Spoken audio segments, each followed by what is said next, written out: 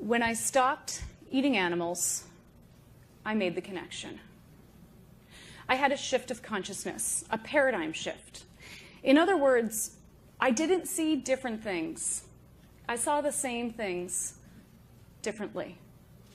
Remember how different your meat looked to you when I told you you were eating a golden retriever? That's how all meat suddenly looked to me. It's just interesting how the gaps in our consciousness only become visible when they start to disappear. And as the gap in my consciousness closed, my mind opened. I wanted to learn the truth about animal agriculture. It was a truth that had been right in front of me, all around me, but that I had been unable or unwilling to see. And I needed to understand how, when it came to eating animals, rational, caring people, just like myself, could, in the words of psychiatrist and social activist Robert J. Lifton, just stop thinking.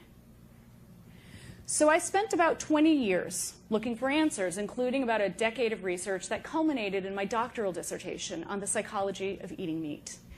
And what I found was to dramatically change the way that I and others working in psychology and social justice thought about the issue of eating animals. So what I found is that there's an invisible belief system that conditions us to eat certain animals. And this is the belief system I came to call Carnism. It's the opposite of veganism.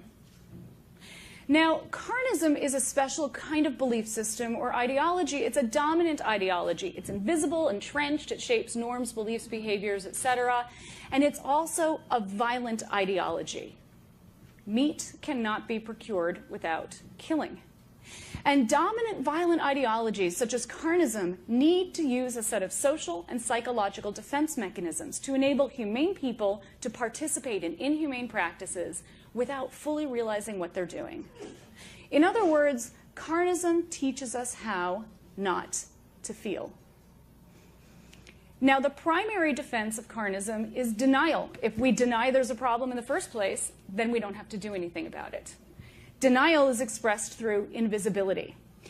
One way Carnism remains invisible is by remaining unnamed. If we don't name it, we can't think about it. We can't talk about it or challenge it or question it. The invisibility of Carnism is why eating animals appears to be a given rather than a choice. And Carnism also keeps its victims out of sight and therefore conveniently out of public consciousness. And as social critic, author, and ecofeminist Carol J. Adams tells us, if the problem is invisible, then there will be ethical invisibility.